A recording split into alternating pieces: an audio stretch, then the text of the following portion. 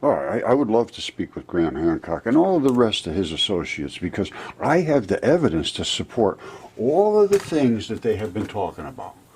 And I can support it with actual physical evidence. So let's let Graham Hancock make his statements about why we find ourselves in the position we're in now. We're in a position of no truth is allowed, literally.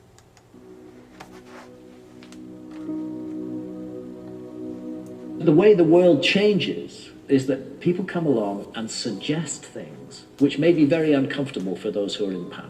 And when you're in power, you don't like to feel uncomfortable, so you do whatever you can to put that down. Now, from an academic's point of view, let's say a professor of archaeology, he or she have invested their whole career in a particular model of the past. That model was already set when they went into the profession. Right there, the very moment they start doing their first exams at university, a filter is being applied. If they are in any way outside the accepted teaching, if they are suggesting that things are not as they are taught, then they will not pass those exams or they will not do well. In a way, in order to do well academically in that field, you have to buy into the existing model. Because if you don't buy into the existing model, your paper will be marked down and you will not get the results that could eventually lead you to becoming an academic. So by definition, academics are already people who've bought into the model and their careers are invested in that model. And they're all decent people, they're all good people. They believe passionately that they're right and that this... Well, that's where I'm not sure that that is true anymore, because the evidence is so overwhelming that to continue to believe that you're passionately right is literally what they call menticide. It means your mind has been destroyed, and literally you're in a state of insanity, which you are acting in someone else's interest against your own interests of truth and honesty, and because they're ruining your lives. Very shortly you'll understand that all of this stuff was nonsense that they were saying, and they've refused to engage in discussion about it for their own personal interests against you, and you pay them to force you to say what they want you to say. And if you don't say it, they will fail you and you'll be destroyed in your life. So he's exactly right, 100%. And that is how it is. This is how it is, and that belief also becomes existential in a way. It's very easy for people to become deeply invested in their ideas. I think we all do this. We have a certain set of ideas, we become deeply invested in them. Well, and again, I have to interrupt in that. A true, honest scientist is invested in understanding. Not just coming up to a conclusion and saying, that's it, I'm done, this case is closed. The case never closes. The case never closes. Once it's closed, you're not a scientist anymore. You're done. Your case is closed. The case is never closed. And when those ideas are challenged, it's not just an intellectual discussion anymore. We take it as an attack on us in person. I think that's fundamentally why academics reacted to me in the way that they did. I was arguing that the whole field of history and archaeology may have got the origins of civilization completely wrong. I'm going to interrupt again. All of these guys, every single one of them, all they had was, well, you look at what was written and you look at, what was all this. They had no evidence. No, zero evidence. Well, I can't say zero evidence, but they didn't have the evidence I have. I have DNA, CAT scans. I have, and when they say CAT scans, people are saying, oh, I want to see your CAT scans. All right, I'm going to show you the CAT scans right now and why I don't bother showing them. All right, this goes back to my old channel, but remember the look of the fingertip that is inside of, like, say the finger is, the flesh is around it, but you're going to see just the faintest shadow. That's why I don't show it. But you see, this is from the outside. You can actually see where the fingernail was there, and I'm going to show you the tendons and so forth. But CAT scans, this is from Jesse Garant and Associates, the best people in the world.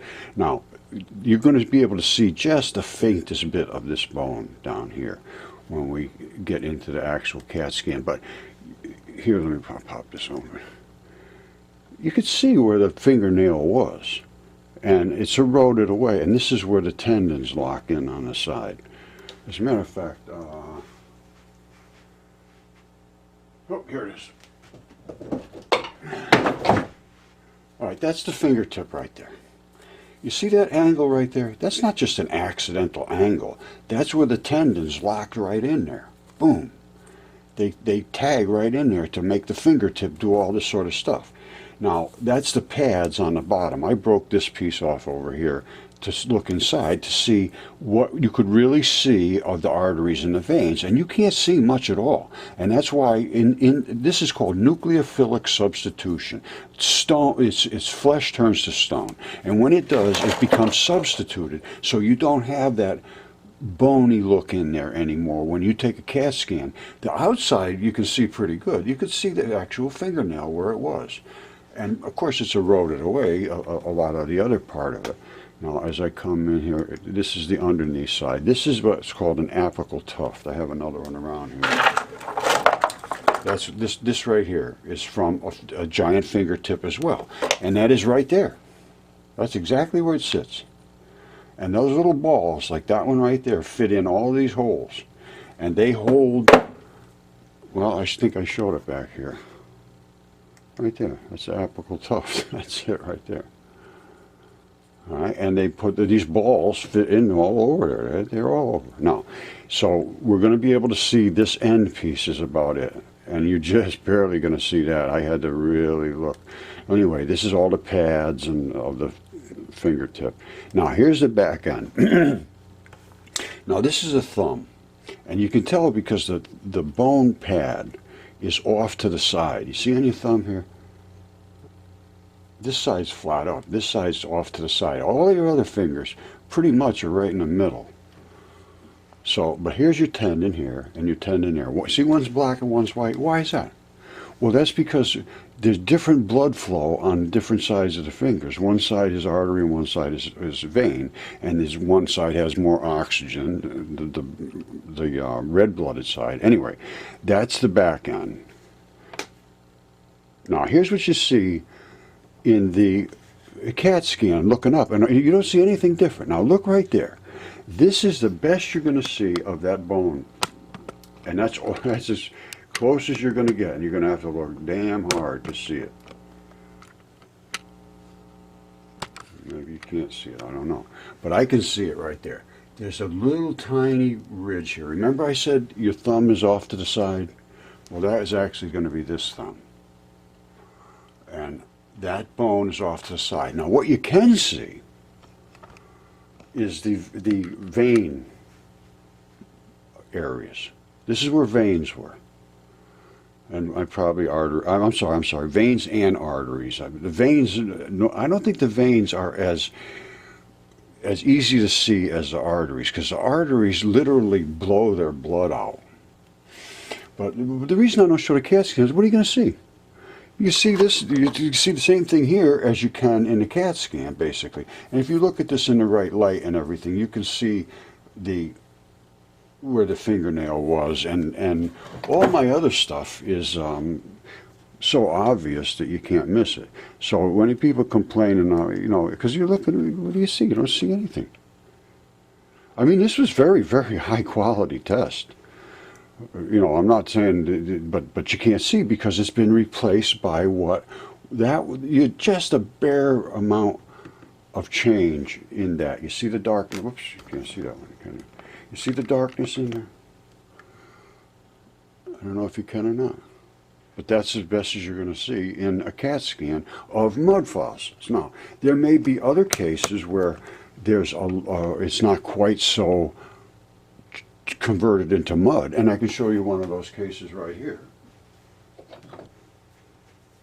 which is a lung. Now, I had this was all DNA tested and certified as human, this gigantic fingertip I just showed you a second ago. This was as well. And that's a lung, and even a 10-year-old can tell that's a lung. If you look at any book, you know, that shows the pleura. This is the pleura. This is like a rubber bag that goes in and out, in and out. And these are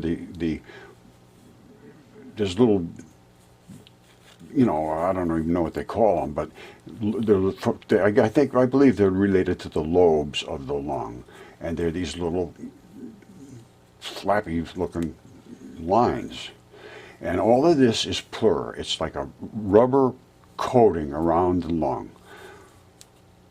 Right? Now, and I've studied this so well. All I need to do is have somebody engage and discuss. Now, because just like Graham Hancock said, they're just afraid. They're hiding from the truth now.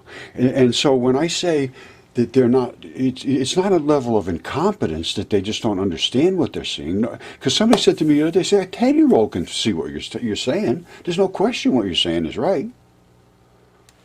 Why won't the people that are making all these statements about our past engage in this? And I said, well, they can't. Literally, I stuck up from them. And just like Graham Hancock is, they can't speak. And I've said this 100 times. They can't speak. We need a public forum. We need someone to get a big meeting in a public forum with some big names. What you want to do is have somebody who plays basketball or somebody that sings. Then you can have enough people come. But I'm serious. That's the way life is now. You get some celebrity, case is closed, then they'll come. They probably 99% of them won't watch what you're actually talking about. They'll come to see the talking heads. But that's okay.